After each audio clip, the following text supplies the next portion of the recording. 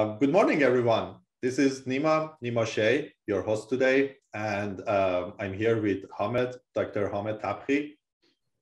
He is one of my best friends, and that's why he is the guest of the first show of Guacamole or Hummingbirds or whatever that we are going to call this show later on. So we are going to have a very friendly conversation in our podcast. It's going to be about Hamed in this case, and what's his passion, what's his views about life, about AI, and these are the questions that are not prepared. We are just starting a conversation, and I'm going to ask the questions that comes to my mind, and he's going to answer that. So there is no pre-recording or any sorts of arrangements for the questions beforehand. We just want to have a friendly conversations between two friends, two co-workers, two people that have been working for a couple of years together about their views about life, AI, consciousness, and all the things between. So welcome to the first show of No Name. We don't have a name for it, but later on you would know the name. And I pass the mic to Hamed to introduce himself. And Hamed, tell us a little bit about yourself. Sure. First of all, thanks, Nima, for such a kind introduction. I'm so delighted to be here as the first guest of the podcast, and congratulations to you for making this effort. And I have been so happy to be a friend of you and work with you. And I really admire your passion for tech and AI. This is great. My daily job. Oh, sure, go sorry. ahead. Go ahead. No. But you mentioned AI, so many audience wouldn't know what's AI. What's AI? Sure. So AI stands for artificial intelligence, and I think the name has been so much used and overused that it's also questionable what do we mean with AI, but I think it started in 1960s, 50s, and then the whole neural net, and then classical machine learning, and again deep learning. But generally the idea of AI, and if we go back to the Turing test, is that it has a very human-centric view, is that how we can create a artificial intelligence model which initially aim to replicate the human intelligence. So in this case, because the question is what is intelligence? We can get even more fundamental. Are we intelligent, or how about cats or dogs or sun? They might be intelligent too. But assuming that what we mean with the intelligence in this case is human level intelligence, or what we perceive as intelligence as humans, and then the question is that how we can replicate or create something that acts, talks like us, think like us, but being artificial and not being biological. Mm-hmm. That's the core. I mean, the more basic view of the AI, what was the aim of the founders of the field. But right now, AI, the way we are using it is for automation, anything that we just basically want to get rid of humans instead of AI. So basically, many times I feel like automation has been also being used as for AI.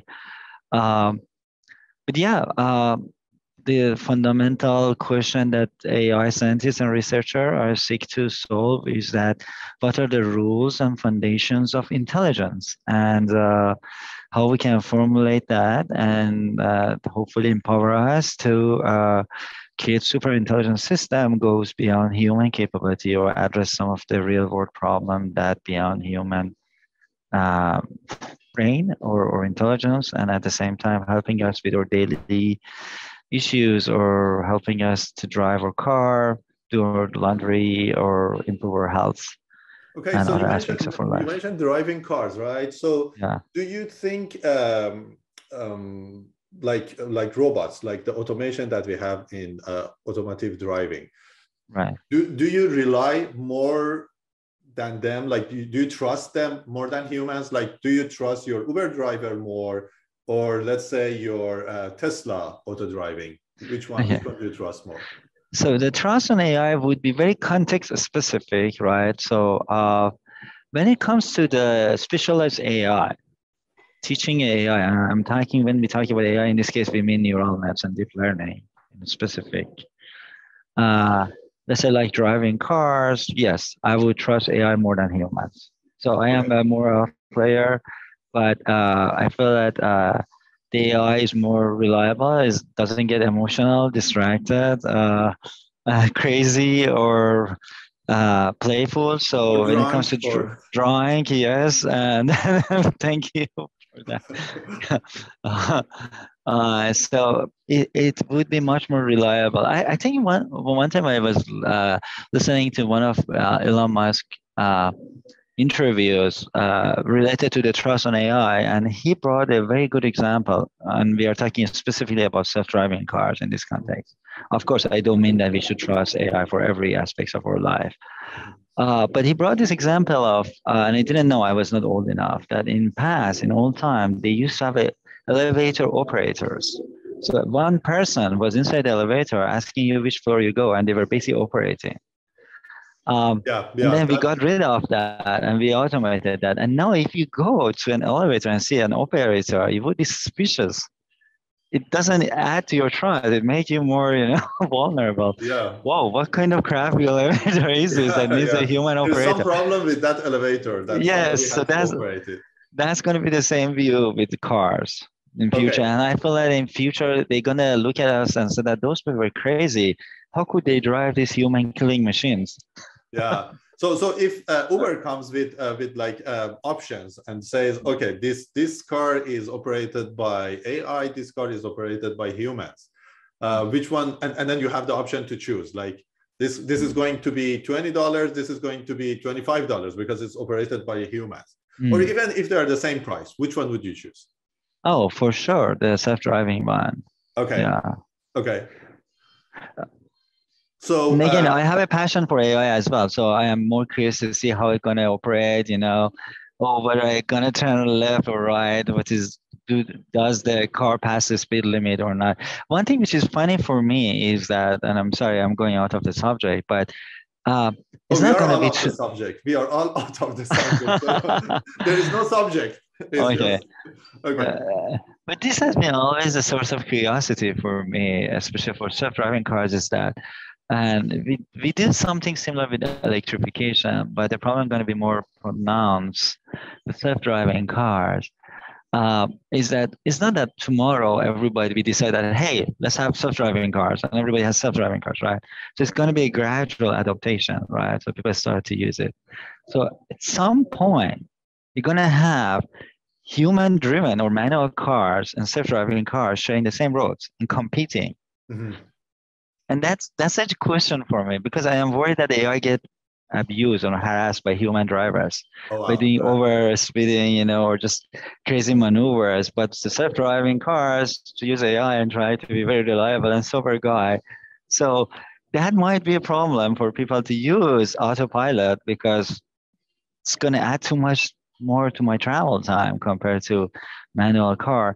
So the challenge of AI and human coexisting together in a context of self-driving cars, it's a very interesting social challenge that I'm really curious and I'm waiting for future to watch that and Human perhaps machine conflict, like the it, same way as we have human wildlife conflict in Africa or Amazon or yeah. any places that humans like invaded the nature. So that would be like the same way, human machine conflict. Yeah, and think about it back in our classroom, if we had this kid that was following all the rules and was very organized, he or she used to be harassed by other classmates, right? Or be laughed at. So that would be interesting to see how human drivers try to, take advantage of these self-driving cars. But AI that can be so that's that form of like AI that is like the, I would say, the good citizen AI. That's something that we are enforcing that to AI. But if we give the AI the opportunity to self-learn and learn from the environment and have creativity, would it first of all, is it possible to give creativity to AI? Mm.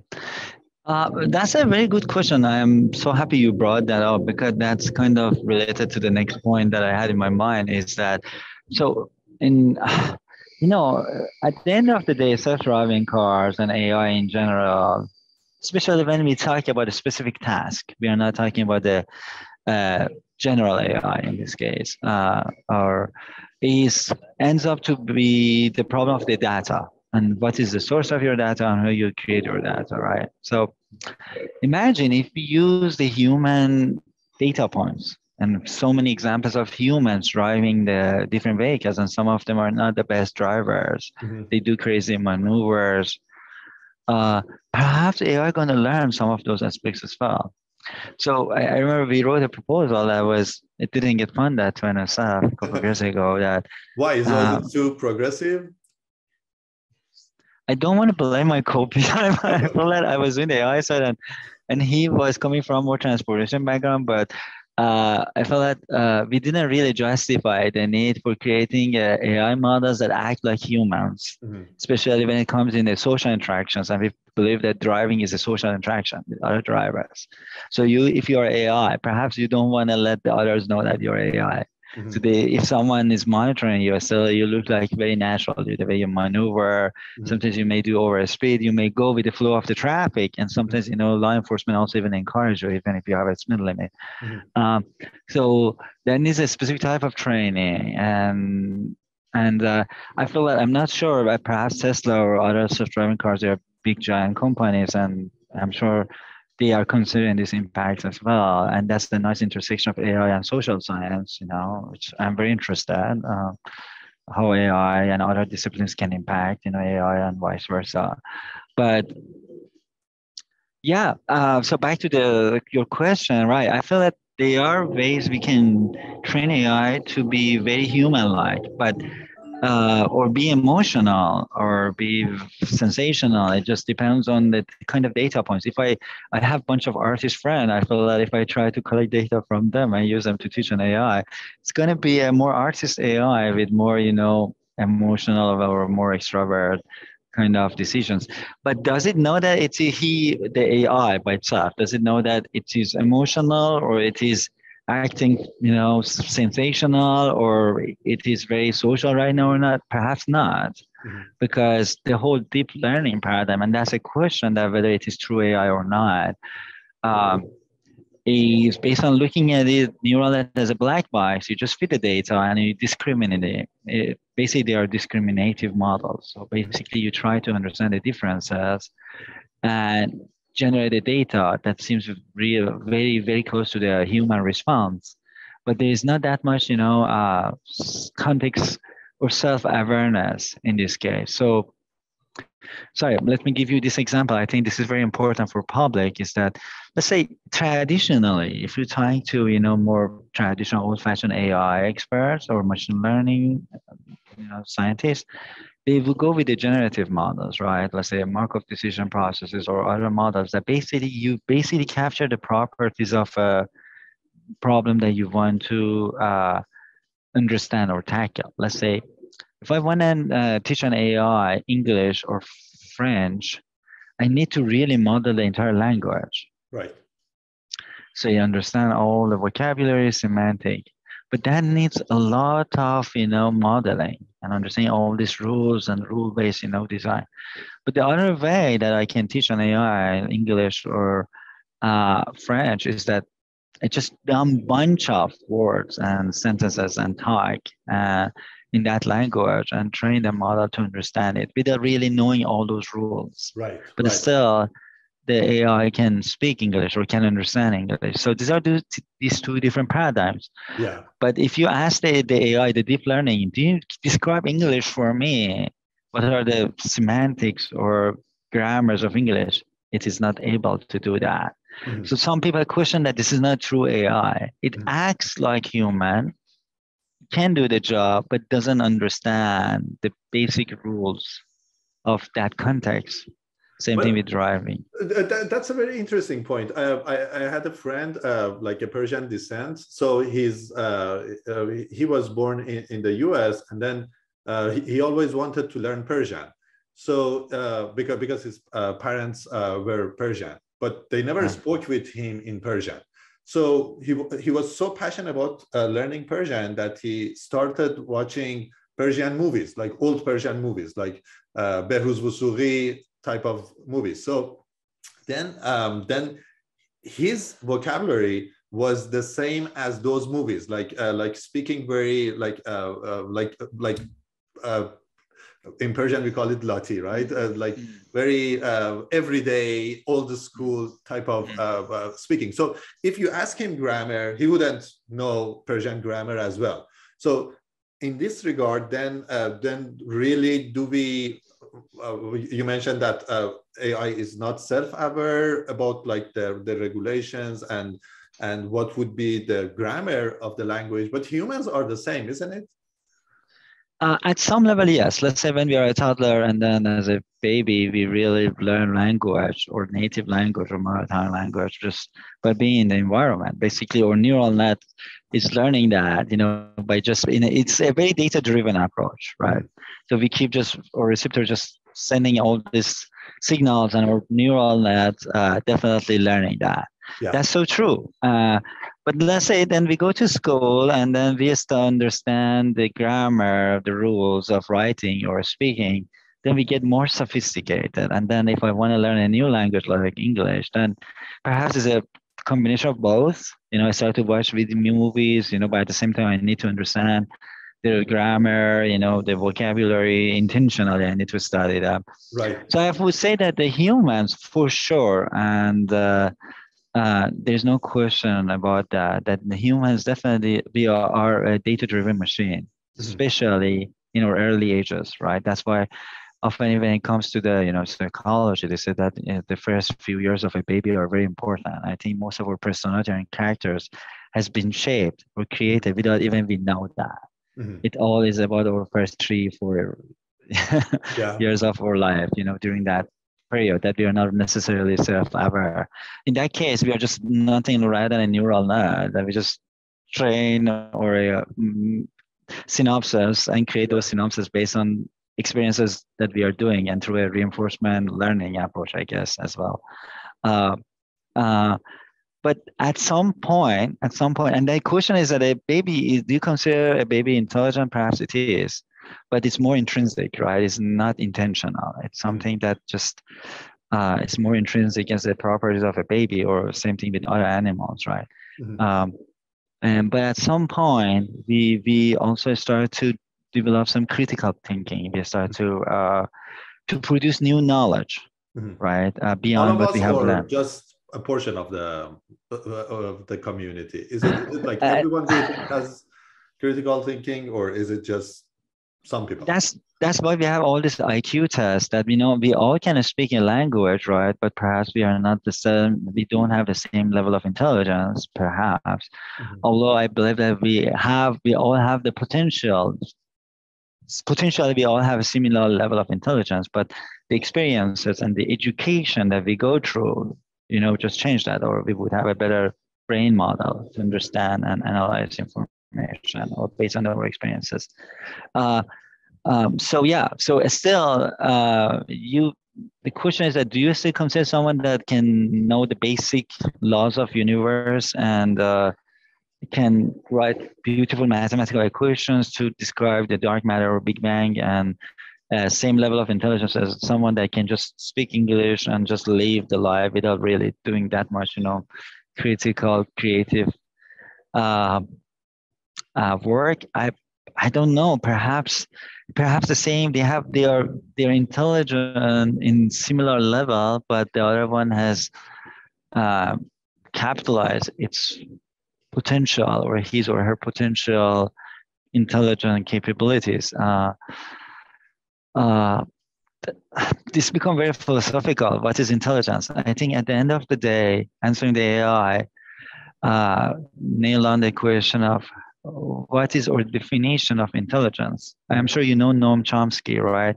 So again, I know he doesn't believe in deep learning. He thinks that it's a very good data-driven approach to answer or automate some of our problems like driving. But it's not an answer to the true intelligence problem and true AI problems. Because the other part is that for training a neural net, you need to have a lot of data examples, but not for human, right? Especially if you start to be more self-aware and learning the rules we can learn with much smaller number of examples, and then we can also transfer expertise, right? You talk about critical thinking. So, or if I play tennis, I would have an easier time to perhaps play squash or racquetball as well. But sometimes in AI, this transferability or this domain shift is not as good as humans, right? And I think that's very important properties or feature of an intelligent system. And there is a huge trend right now in AI community on how to learn over a smaller number of data, especially in academia. We don't have enough data as industry has, or resources as industry, as well as how you can also operate in different contexts, right? Let's say if I am just using a data-driven approach and training a self-driving car to drive in the US highways, does it work in Iran's or China's highway or Saudi Arabia? I'm not sure, still we need to work on those aspects. Yeah, like you mentioned a good example, like the roads are different. The more importantly, the way that the regulations are implemented is different. And like an example, like if a police car is standing in the middle of the road and say, okay, passed, but the red light is on. So AI self-driving car, would it follow the police guidance or follow its regulation that the light is red and it has to stop? So these are, or another example, let's say if there is a probability of an accident happening, that an accident will happen. And then there is like a decision making involved that what would be the less casualties based on that accident. So AI can do the decision making that say, okay, I'm gonna hit this car in this scenario, this happens, in this scenario, this happens. And that would be like, do I need to protect my this car's passengers, or do I need to have like less casualties overall? So what's your perspective of that? I start with the second one. It's a very hard question. I don't know the answer. I think even big industries, they don't know the answer. This is something that needs to be regulated by the federal governments and then perhaps insurance companies. But they because but federal government is very, they're very slow. They're not that technologically advanced in terms of like creativity and innovation. Like there are always few steps behind the innovation, right? And right. But when it comes to the moral aspects, or let's say things that are, we need to have some AI laws of driving, because then otherwise, that's the part that people can abuse AI. Or you brought a very good example that if I am in this case, I am a biological system, but let's say I'm an AI system and I'm driving, and what is my primary job? Protecting the life of my passengers or reducing the overall damage? And that's become a moral AI, and different people have different moral values, right? We are not identical.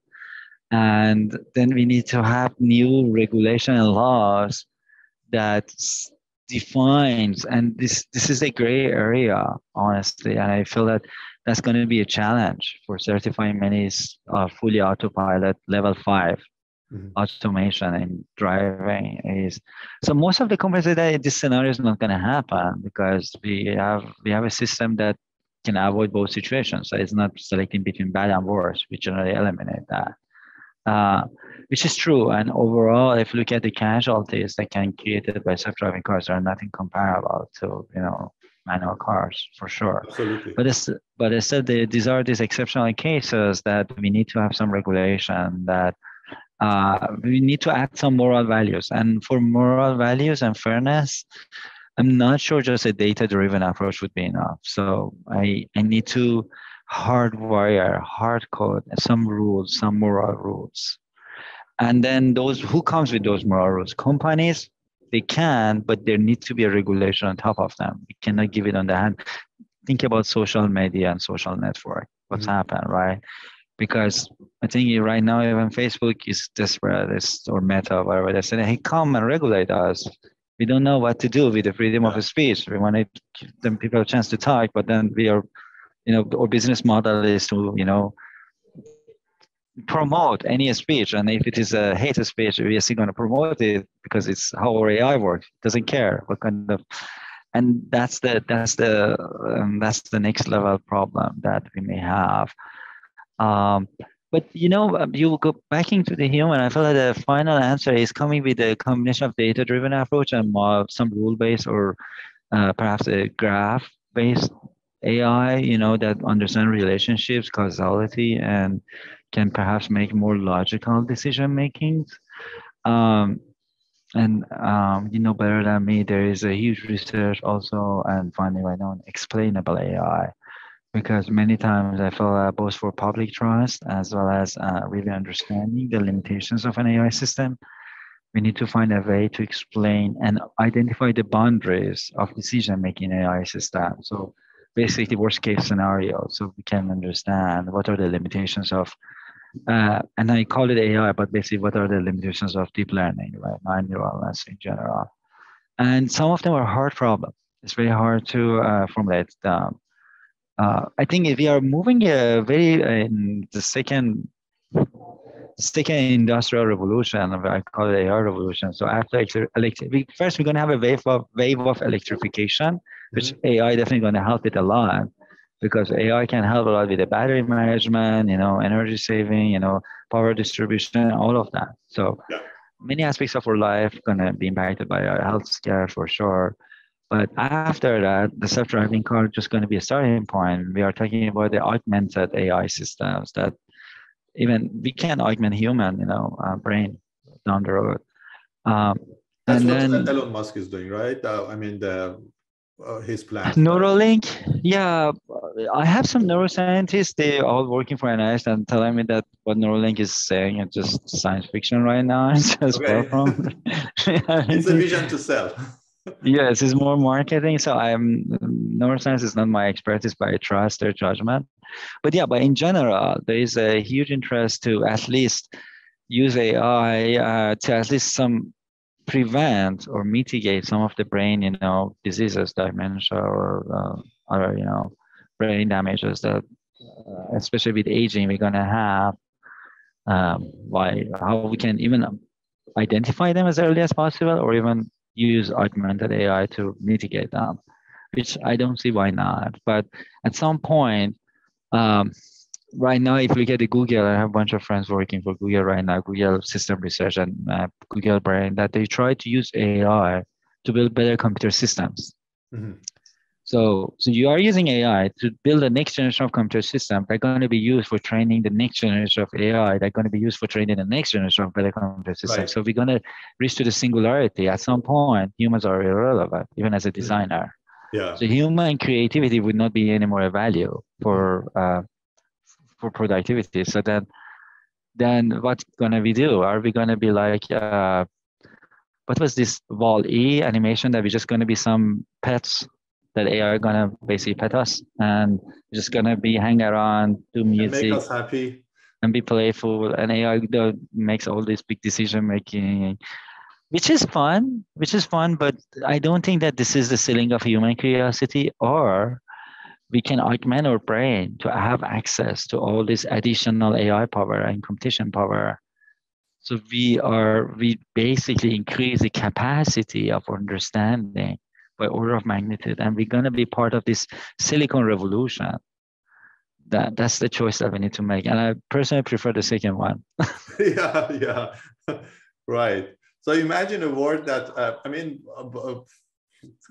a lot of interesting things we just threw out in a few minutes of this conversation, but that's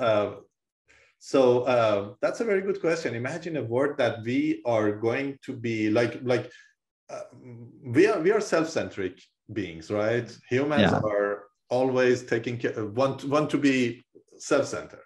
That's no question. That's the force of our evolution. Well, we like to be group. We like to create social groups, and that's one of the reasons we see all these political conflicts right now, because we are at heart, we are very tribal, but at the same time we are self-centric as well. That's true. So we are a very interesting mixture of being very self-centered and being greedy and selfish, and at the same time like to create groups to protect, or or group, or more or overall benefits, and that's what help us to perhaps survive and beat Neanderthals or other Homo sapiens. And I mean, all of this, we may lie, we may kill, we eat meats, but this we had to have those to survive through the evolution. Otherwise, we were not Right. here.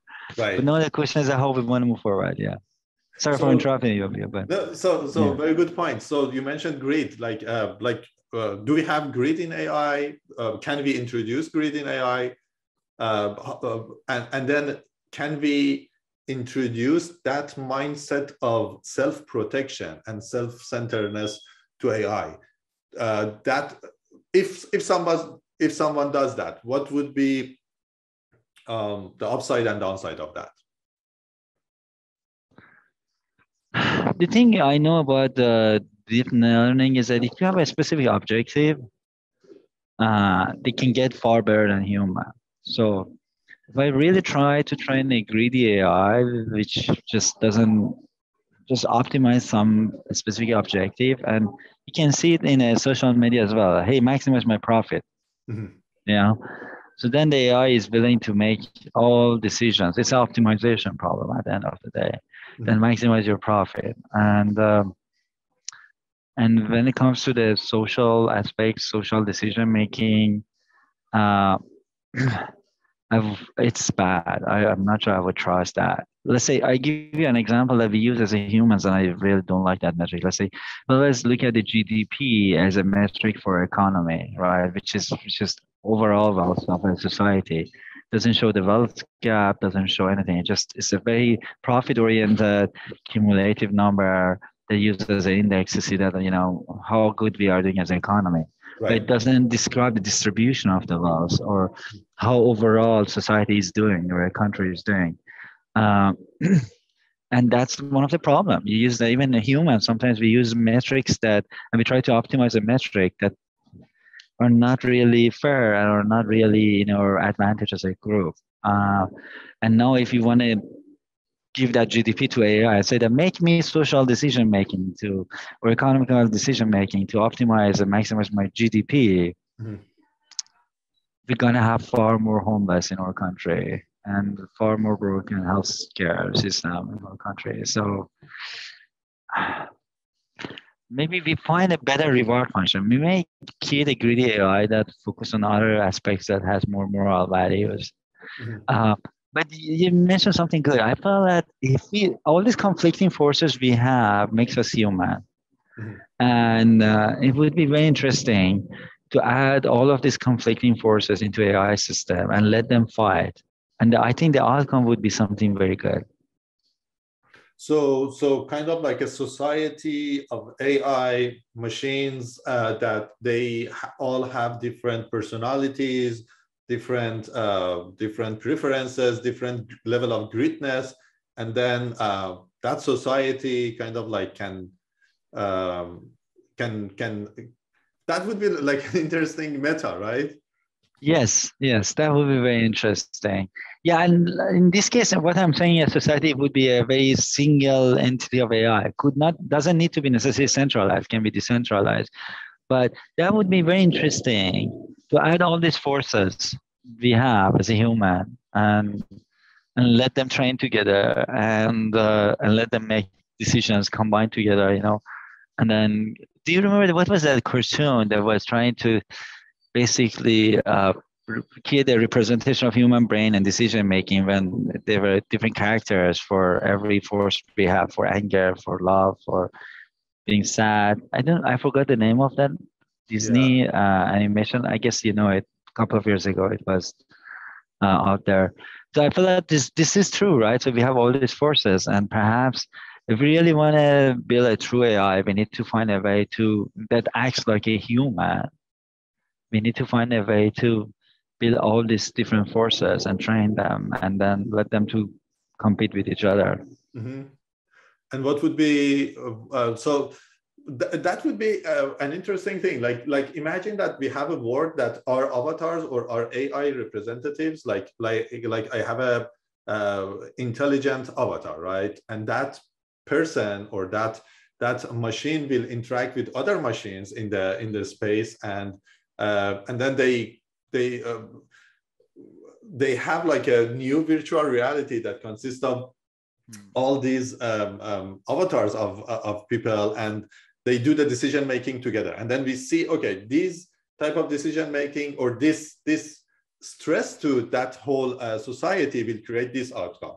And then this other stress or this input to the whole universe will create another outcome. And then we kind of like see what would be the best things that can happen to that society. So we predict what would be the future for that society in a matter of seconds, while that in reality might take years and years to see what would be the outcome. Let's say, for example, in the case of decision making about social media, then we can create like these avatars of the society based on humans, and then we see, okay, if we limit the social media to these aspects, then the outcome of that would be this in 10 years or 20 years. Whereas if we have like another level of regulations, like this happens, but not that happens, then we have another outcome. And then decision makers or regulators can come up with creative minds that, okay, now this is going to be the optimal way to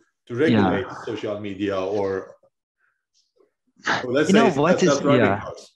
If I really want to start, and you're so right that generally the governments are slow to adapt new technologies, but I think one important use case that will greatly benefit from AI and everybody gonna benefit from is using AI for tax. So we have these tax brackets, right? And just, okay, if your income is that, you pay this. If you have this stuff, you pay that. But this is so random, arbitrary, and has many loopholes, and it's not fair. And some people feel that they're in disadvantage because they're paying so much tax. And still we have this, in the US at least, such a high national debt. And this is the same in other countries, So imagine if you have this AI base that can customize tax for each person based on their financial situation, whether they are entrepreneur, they're doing investment, how many jobs they have created. It's not that just how much wealth you have, what has been the impact of your wealth.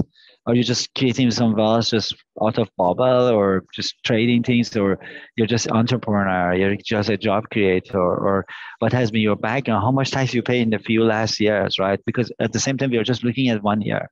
We don't look at the overall cumulative tax that you're paying. Right. Do you know, I promise you, it would have a far better system for everybody. And I think everybody going to pay less taxes at the same time. Good point. That's a very good point. So personalization, that's something that AI can do for everything, not just taxes, for your car, for your life. Exactly. Right? And this is going to be based on the experiences and difficulties or that you have in last year and the years before, and or how fortunate you were during the last year, and then your contribution to the economy. Because one of the problems we have is that people like Elon Musk, people say that, oh, he has so much wealth, why there is a wealth gap. But people don't understand that his wealth mostly coming from the stock that he has in a company.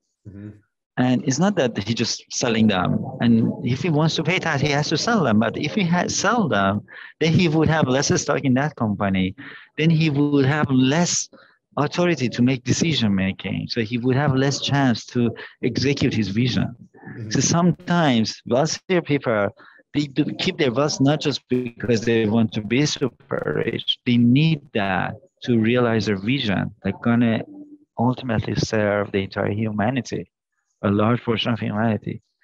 And that's a misrepresentation of someone that create this kind of wealth, which is trying to push the human boundaries and build a future, and someone that perhaps just creating a bunch of wealth by being in real estate market. Right. But we are treating them in the same way. Right. Very good point. And that authorities in decision making in let's say in Tesla, that's very helpful for the overall humanity, because that person can execute his vision to and that's again something that we see not only in companies, but sometimes in I feel like less friction in politics can help in pushing the society forward, because we see that, for example, sometimes the advances in once there is like more harmony between the decision makers in in going to one single direction rather than the other one can create jobs, can create progress way faster? Yeah, this is a very good question. We are going to policies here, but because I was wondering about that, I agree that that's important for a company, right?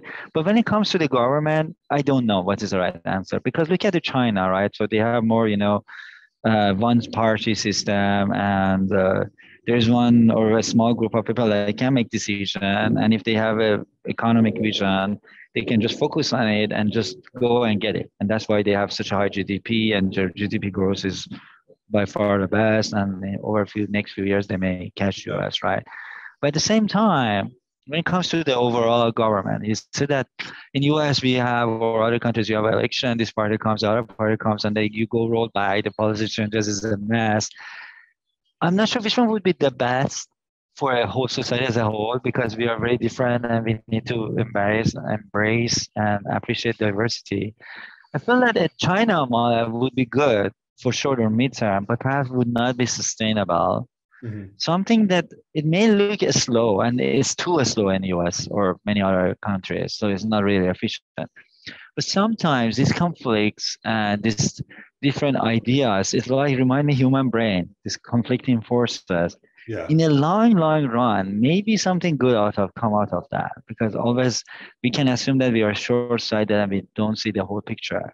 Yeah. Because, and we are talking about this society as a whole. But when it comes to a company that try to build a vision, I want to send rocket to moon. Mm-hmm. That's clear. That's my vision. I want to have electric cars.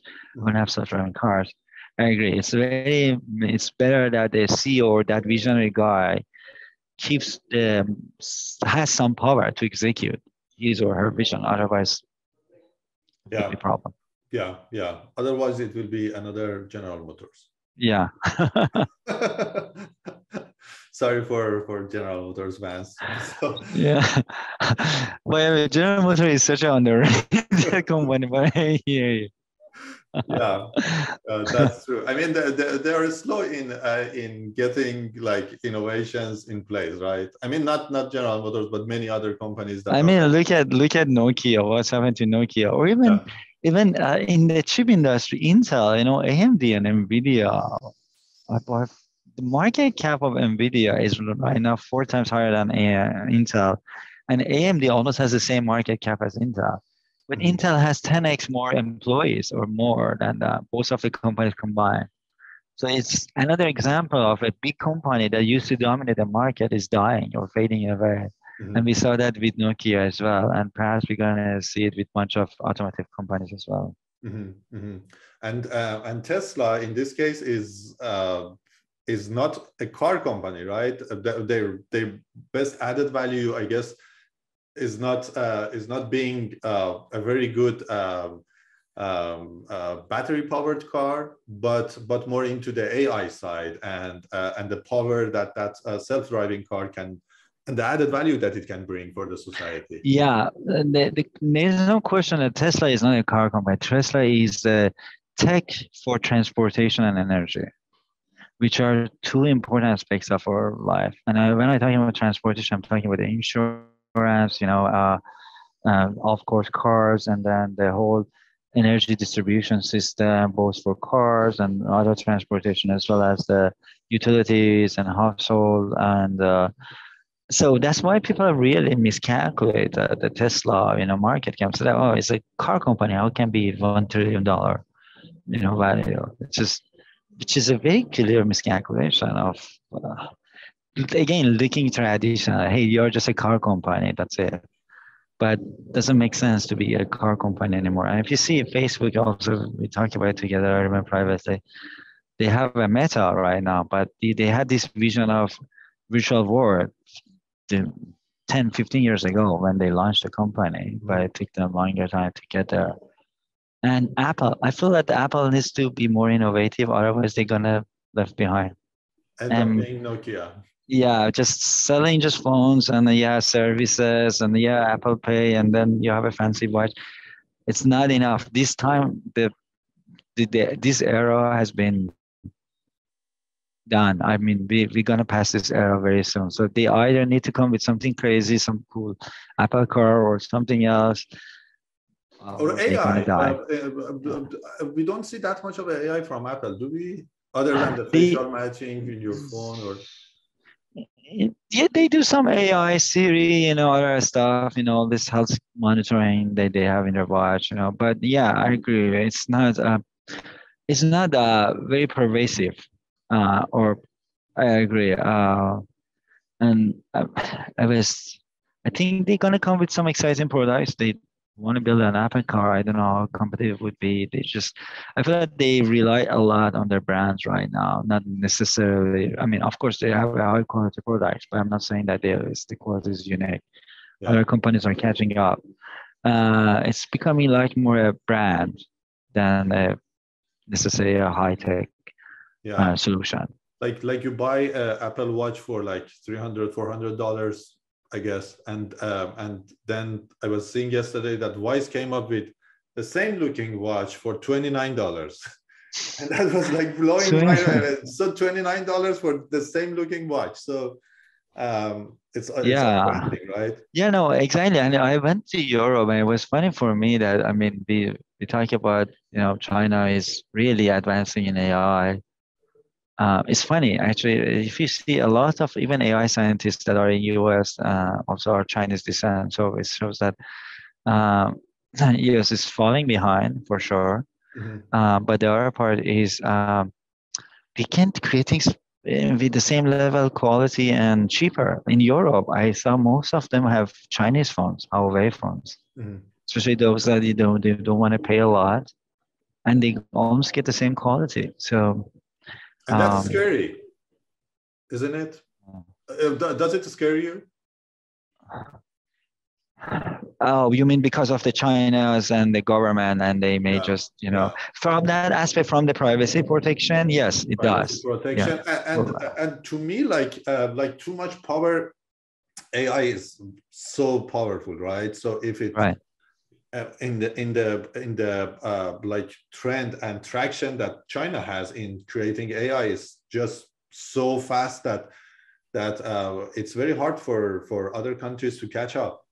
Yeah, And I agree with that that. scares me. I don't know you, but it scares me. No, that definitely scares me too. But at the same time, I feel that this is the nature of business, right? If someone is able to come with the same quality or comparable quality but much lower price, that company gonna win, right?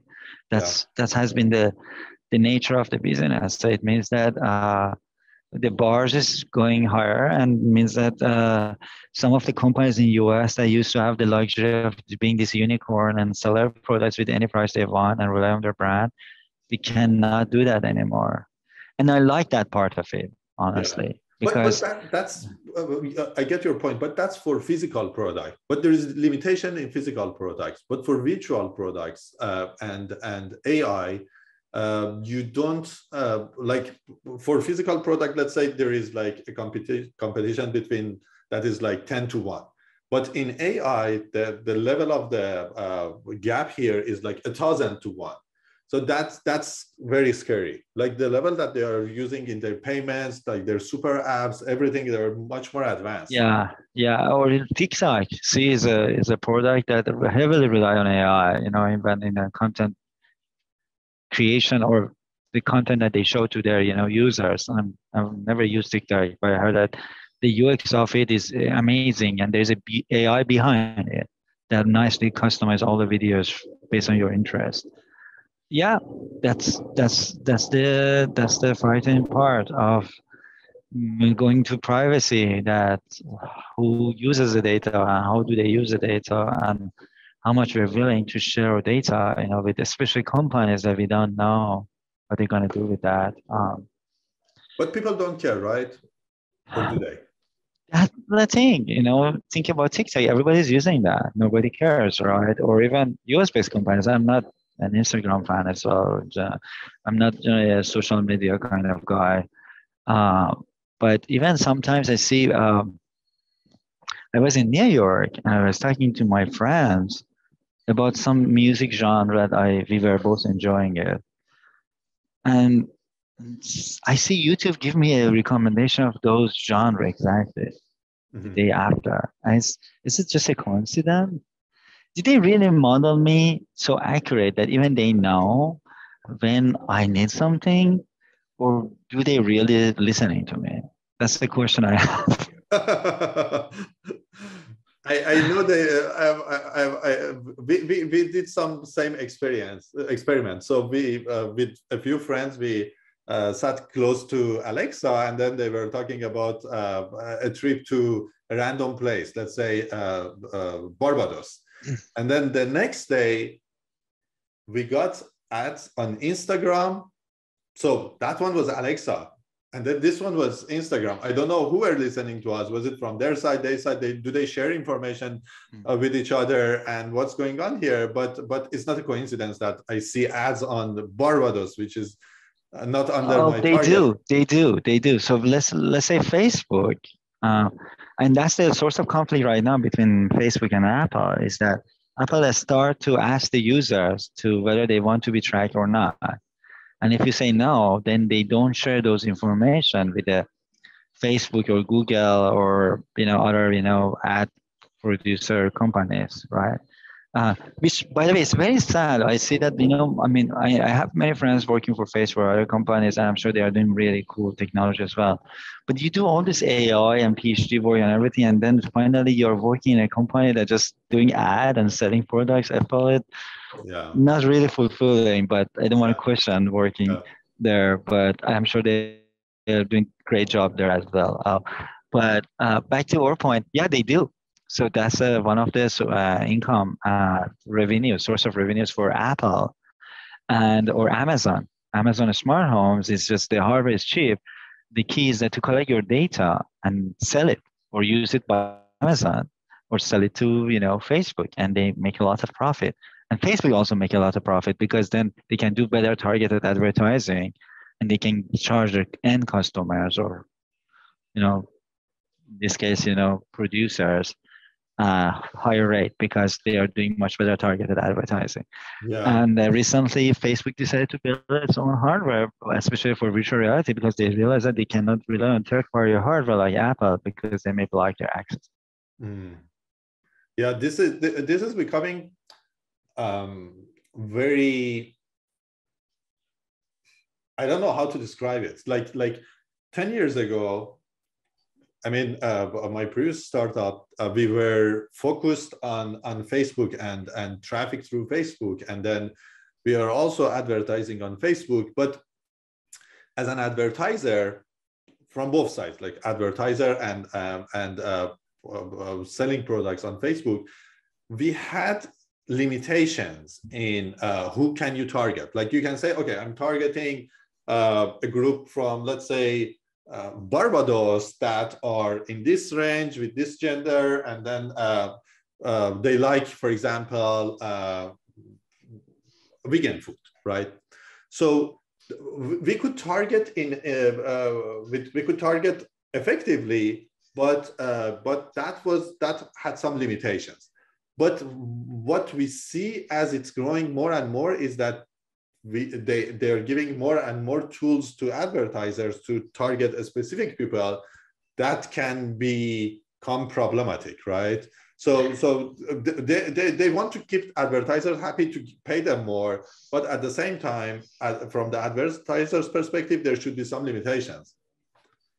Yeah, it's very funny that all these different financial incentives have enable or push the AI. So we didn't do AI because we want to discover intelligence or help humanity. We, on one hand, on the hardware side, one of the reasons we have deep learning thanks to gamers because they want to have better game experience. So NVIDIA started to build better GPUs for them. And at some point, someone said that this Alex guy in South Toronto, I may be able to use these GPUs for training much deeper neural nets, and then we have deep learning. So thanks to gamers. And right now, many of advances in AI is coming from this targeted advertising that major forces are Facebook and Google. So is finally something that is not necessarily serving society as the best, but is very profitable, enabling new innovation and creation AI.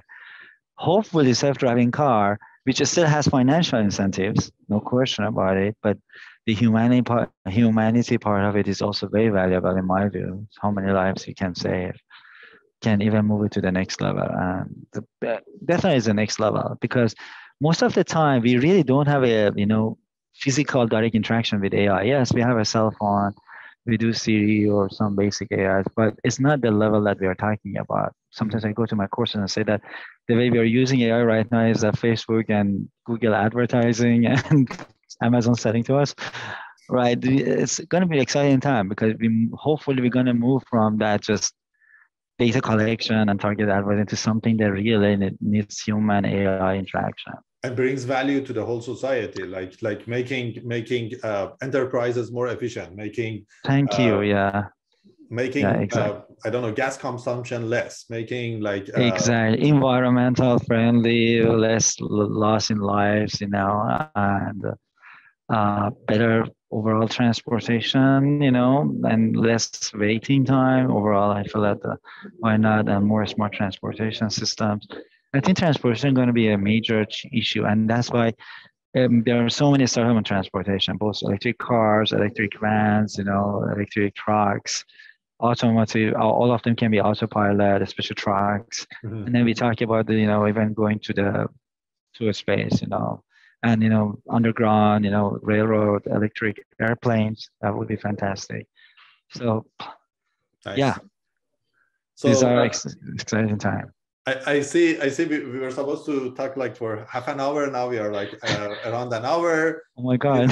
It's this is a very interesting subject and passion for both of us. So I guess we can continue for. One thing we didn't have a chance to talk about is healthcare, which is one of my passions. Hopefully, we can talk about that. Let's do that. Just a little bit touching base. What do you think about use of AI in healthcare?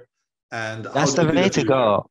I am surprised why we don't have it yet. And I think the reason is, one is FDA regulations, the whole bureaucracy that is in healthcare, and all this insurance on pharmaceuticals, and lack of data because of the privacy of the patients. It's hard to get the data.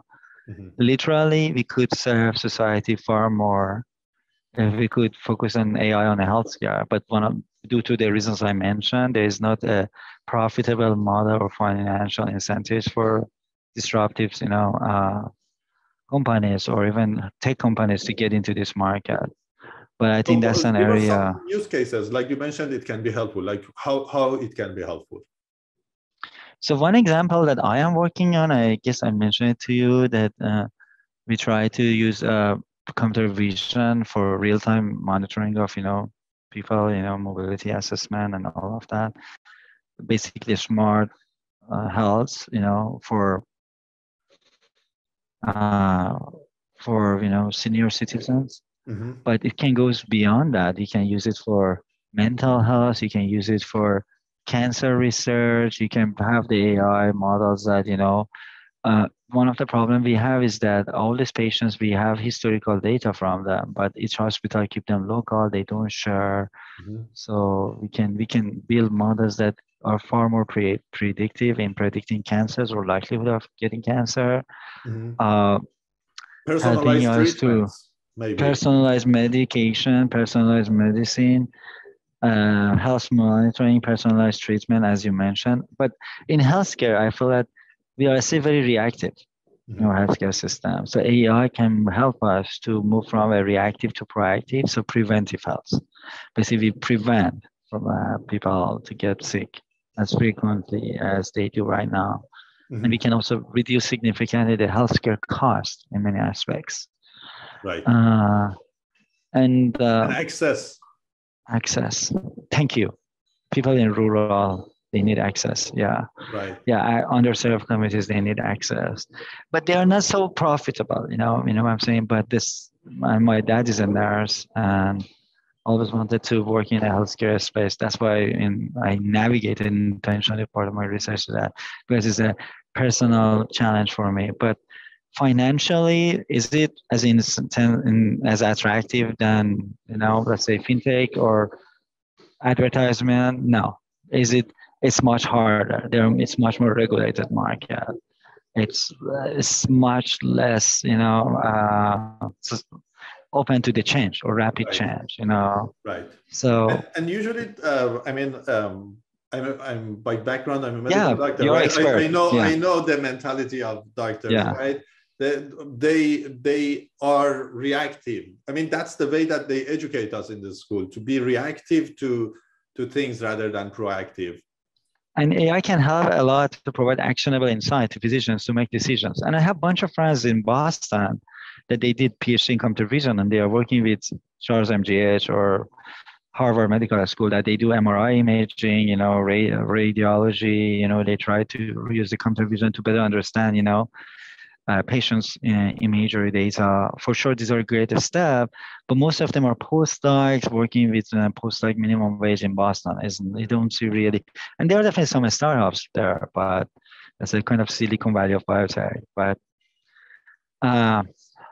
that's it's an a area space that can be really, really disrupted by AI. I can, yes, but it's, again, at the end of the day, we live in a capitalist society that needs to have financial incentives with a quick return and a scale. And right now, healthcare doesn't have those properties, those features yet. Okay, hopefully before we get old, there are incentives, and then we wouldn't be stuck hopefully, in at the least we current. use at least we use the AI to discover aging gene, and then we can live forever. Yeah, I'm looking forward to it. Same. Otherwise, I don't want to get old in this type of No, like I don't want healthcare to system. die. I don't know why people are saying that. I actually like to live much longer. Okay, cool. Okay, so thanks, Hamed. It was a great discussion. I loved it. I enjoyed it. Hopefully, we can have more and more of these discussions in future. Same. And share it. I truly enjoyed it. Yeah, thanks for having me. It was so much fun. Okay. And I like the whole spontaneously of we went in spontaneously over a different topic, and I really like that. That was really fun. Even I didn't let you to introduce yourself properly, so maybe at the end you can do a little bit of like proper, more formal introduction. Oh, introduce myself. Oh yeah, good. So hello everyone. Well, I am Hamed Tabkhi. I'm a professor at University of North Carolina, Charlotte, professor of computer engineering. My specific interest is on real-time machine learning and artificial intelligence to address social problems, to improve health or self-being.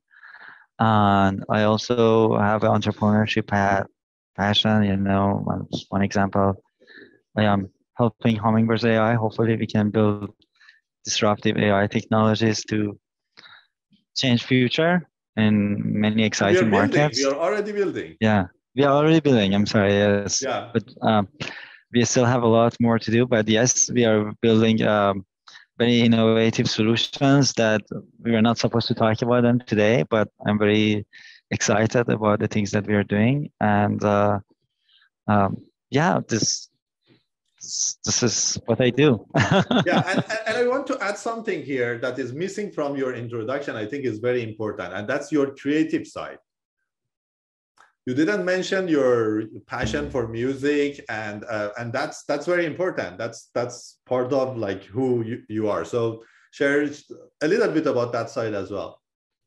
Sure. Yeah, I always had a passion to art and music. You know, I started playing Persian traditional or classic music since I was 10 because I was raised in an artistic family, and both my parents were involved with music. And I wanted even to go to art school, but having some Persian parents, you know, they pushed me that no, you want to be an engineer. But especially in Boston, I created this Sai ensemble, and we had some performances, and I tried to also compose. And the good news is that the album going to be out there very soon in Spotify, hopefully in the next few weeks. Wow! And we're going to have an original album, which the name of Talalala, which is based on all Rumi poems. And I composed the songs, but I've worked with a group of talented people that they are all not necessarily professional musicians, but they're really great and they help me a lot. And we're going to release this album, and I'm very excited. And that's true. I feel that being in music helped me a lot on the research side as well and technical side as well. Yeah, and you, I don't want to let you go. So let's. I just want to ask the last question. Sure. You No mentioned worries. like Rumi. Like, tell us about Rumi, because Rumi is some people know about him, but many people don't know. But what's your view about him and his perspective toward war? Well, he has such a he was such a fascinating character, and he still is, I assume. Uh, so through his entire life, he has to run away from Mongols and moving from the east part of the old Persia to the west side, that which is modern Turkey, and then whole Shams and the revolutions that happened to him. But one thing which I really like about Rumi is that he was not a poet. He was a philosopher. He was a visionary guy that tried to envision a universe that everybody is part of it. He look at the new, modern American values. He was such a equity and fairness kind of guy that tried to promote, humanitarian values, and he just used to get very, passionate about his values and then express them in words, in his poems, but not being really a poet at heart, more like a philosopher and a spiritual character, and that his poems inspired me a lot. His poem, I wish I could translate them in English. It could look weird and strange, but some of them, if you're not a Farsi speaker, I really encourage you to. I mean, if you're a Farsi speaker, perhaps you already know Rumi and you're familiar with his poems. But if you're not, I really encourage you to check his poems out. He's fascinating. And one thing I really like is the sense of wondering and acknowledgement. He has one poem that actually we work in the Tarlalala album, which with the name of I Know Not. Basically, I don't know anything. He's just expressing his wondering about the universe and how it works. And in a sense of being so humble and acknowledging the power of the nature and just enjoying to be alive and going through this experience as a human. I think that's something that's very valuable. One thing is that sometimes we get upset if the universe doesn't turn our way or things doesn't happen in the way we want to. But the Rumi's philosophy is that, hey, dude, you're just lucky to be there. Don't expect everything falls in your way. Universe is not there to serve you or keep you always happy. You're just so damn lucky to just be alive and enjoy this experience. So then embrace it and just live your life. That's so deep. That's so deep. I mean, I got the message. Like it came out of your mind, but I totally relates to that because, like being in startup world, like all the pressure, and anyone like in any job, there's so much pressure on them and stress on being perfect and do things right, and there's so much competition that we sometimes lose our connection to the universe, to the fact that why we are here and how valuable is that, and we need to appreciate every second that we are alive, we are healthy, we are in this beautiful planet. So that was a beautiful poem that you shared with us. Thanks, Simon. Thanks to Rumi for teaching us that. Yeah, that's thanks to Rumi and you as a messenger to bring that to us. Thank you. Okay, so I guess enough of our conversation. We have to leave, and then hopefully we can have like another session pretty soon. Sure, I enjoy so much. I would be more than happy as long as I don't bore your audience. It was amazing. Sure, yeah. Thanks for... Any last advice for the audience in terms of AI or life or anything? Well, I don't want to give a specific advice, but one thing that I experienced with myself is that people generally Hollywoodize AI, right? And you kind of have some pre-assumptions or biases. Get rid of those. Try to educate yourself. And there's so much content in YouTube, online, that And some of them are intuitively explaining the principles that you really don't need to have a PhD or even degree in AI or machine learning. And I think that's very important. I feel that at some point we're going to introduce AI into the high school or primary school education. So generally try to I mean, even in my university, when I go to my classes, I just inspire students and I tell them there are so many stuff out there that you guys go and can educate yourself. I'm just here to show you the path. So yeah, generally my recommendation to everybody is that remove your biases. You try to get rid of your pre-notions and just Google things. I'm using Google again. Search things and you use YouTube and you're gonna find many interesting educational content that give you a true and honest perspective of AI and future. Any specific channel on YouTube or any specific website that you recommend for like a beginner? So there's this guy that does podcasts and he tied to different AI scientists. I guess you heard of his name, Lex Friedman. It would be good, but educationally, there is a guy I think he's in New York, Siraj. He does a lot of cool, very simple way of explaining different AIs, algorithms, and paradigms. He has a YouTube channel, Siraj something. We post the link. Yeah, I can send it to you. He's pretty cool guy, and he has a very hippie mindset, but I like the way he explains things. Nice. But there are so many content, open source, free content for everybody at any level of education, with any background. And I think it's really fun to learn more about those principles. Yeah. Awesome. Okay, thanks, Hamed. We really have to go, and again, pleasure meeting you. Thanks everyone for listening.